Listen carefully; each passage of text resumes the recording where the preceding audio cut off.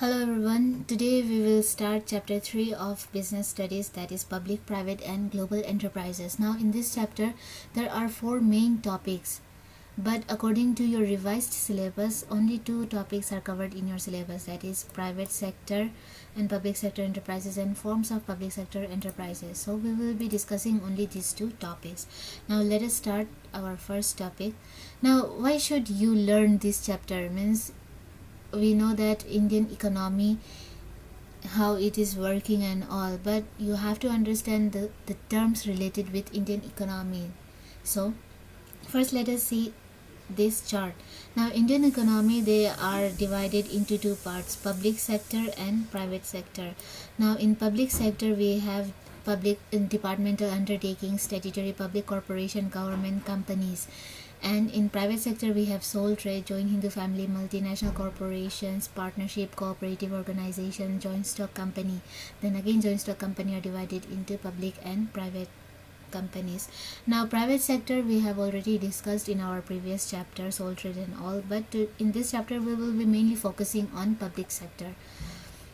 Now let us first start with private sector enterprises. The enterprises formed with private ownership, profit motive, without state participation and with independent management are known as private sector enterprises. Now private sector enterprises, they are characterized by private ownership, means these companies or these enterprises are owned by the private individual with profit motive and without state participation, means the state government will not take part in the working of these enterprises, and with independent management, means their management affairs and everything will not be interrupted by any government undertakings. They are known as private sector enterprises.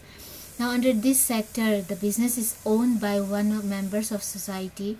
Business activities may be performed individually or collectively. In sole proprietorship we saw that the business activities are handled by one single person, or in partnership firms or or companies, they are managed by some group of people.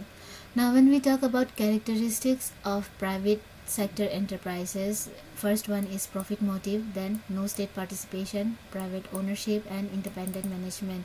This we knew from the definition of private sector enterprises. Now let us discuss about these characteristics. Now first one is profit motive. The main object of private sector enterprise is to earn profit instead of rendering service to society. Means, as we all know that the motive behind any business activity is to earn profit. Now for private sector enterprises the main important motive is to earn profit. If there is no profit motive, then it is not considered as a private sector enterprises. The next is no state participation. Central or state government can't participate in the establishment of a private sector enterprises. Means central or state government, they will not be a part of the business enterprise. The next is private ownership. Means the ownership of a private sector enterprises lies in the hands of one or more private businessmen. Means no one is related with the government. It can be handled by either individual person or by a group of people. The entire share capital is contributed by these businessmen. As we saw in the private companies, they do not raise capital from the general public. Means in private sector enterprises, share capital or the capital of the business is contributed by the businessmen themselves or the owners of the business.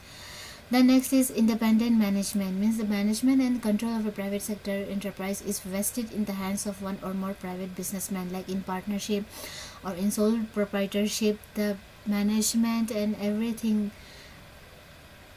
is handled by the private businessmen. The owners manage their enterprises themselves or through their elected representatives. And in case of company, we saw that the shareholders, they used to elect their board of directors, and those board of directors, they used to manage the activities of business. There is no interference by government in internal management.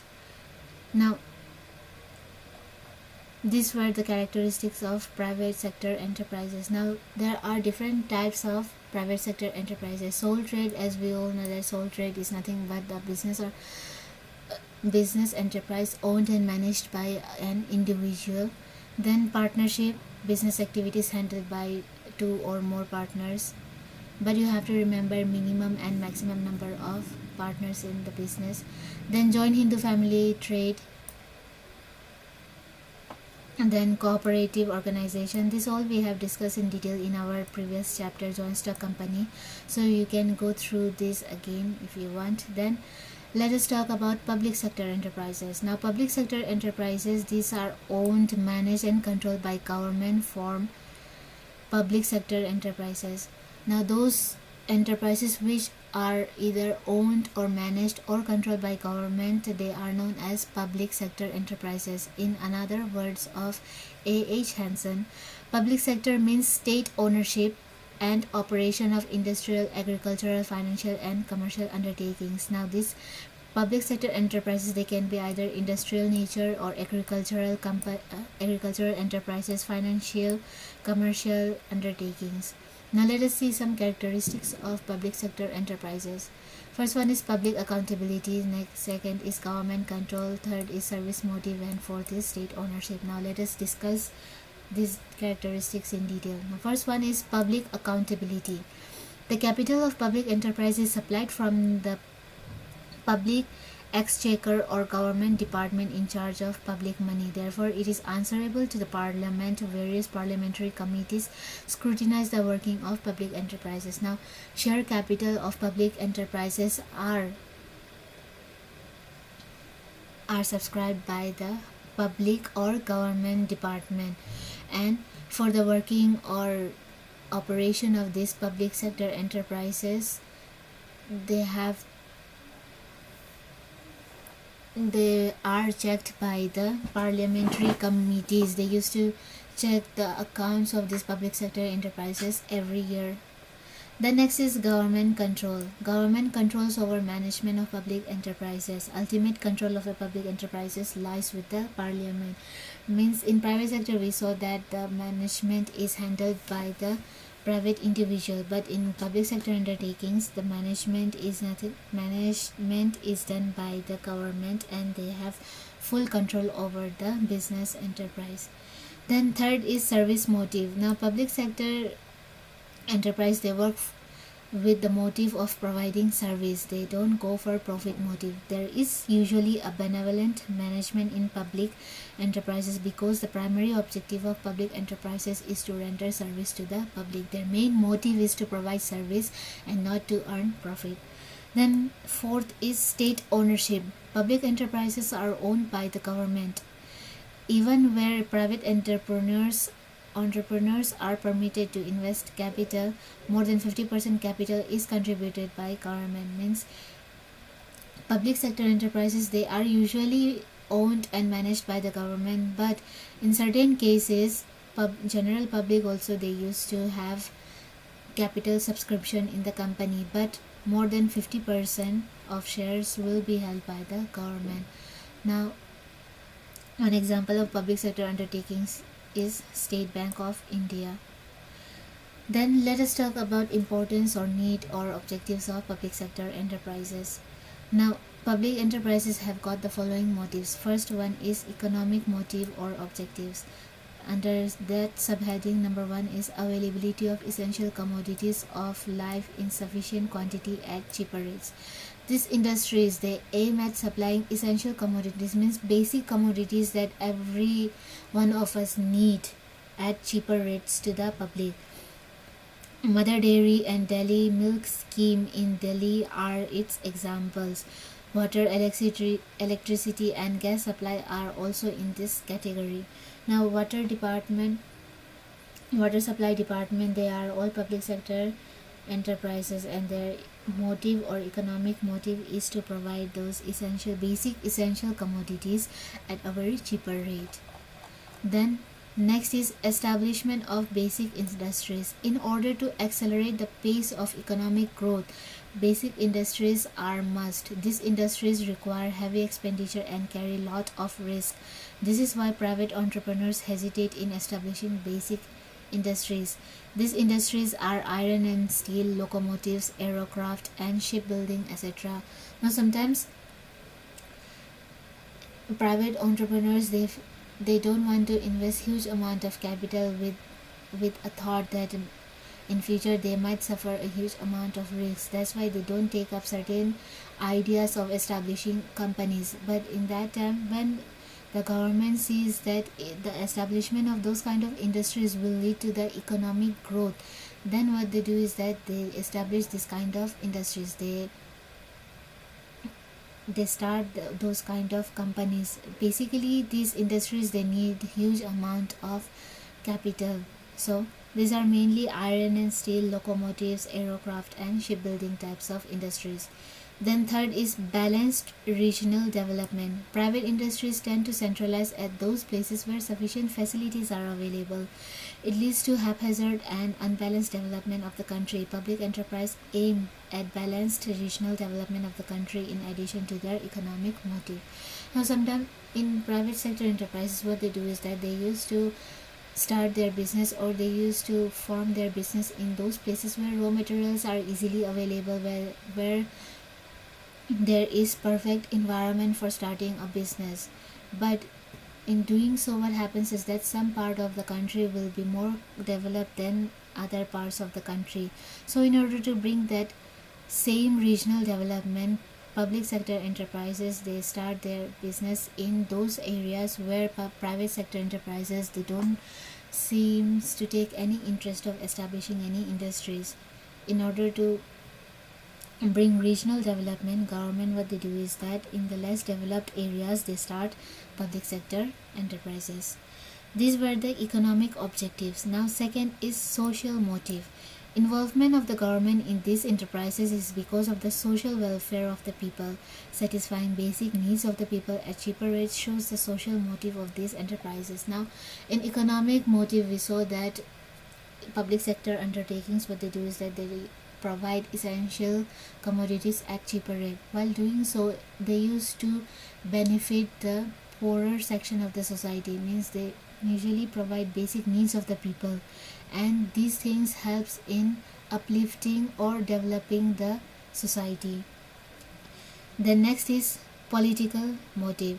Ministers, member of parliament, and legislative assembly try to establish public enterprises in their constituency. This results in the growth of the area and the status of the politician, and thus political motive is achieved. Means sometimes politicians, what they do is that in order to gain votes from their local people, what they do is that they start public sector undertakings in that places with a view that they will be gaining more votes in the upcoming elections. And in doing so, what they do is that they provide employment to the poor people, which fulfills their political agenda as well. Then next is reduced wasteful expenditures. Wasteful expenditures can be reduced with nationalization of industries, because under private ownership, company may not be managed efficiently, so expenditures of that company may be excessive. Therefore, there is need to nationalization. Nationalization is nothing but turning private companies into public companies.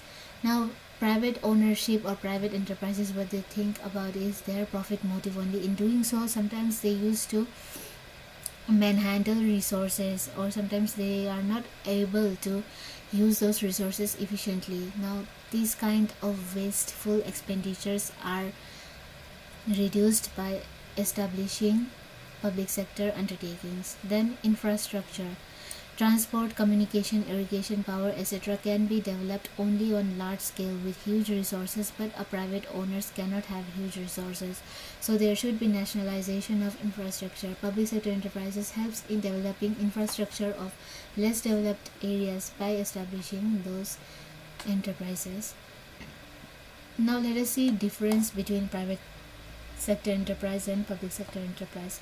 The meaning of private sector enterprise is nothing but enterprise formed with private ownership, with profit motive, without state participation, and with independent management. Remember, these four are the four characteristics of private sector enterprise. But a public sector enterprise, they are owned, managed, and controlled by government.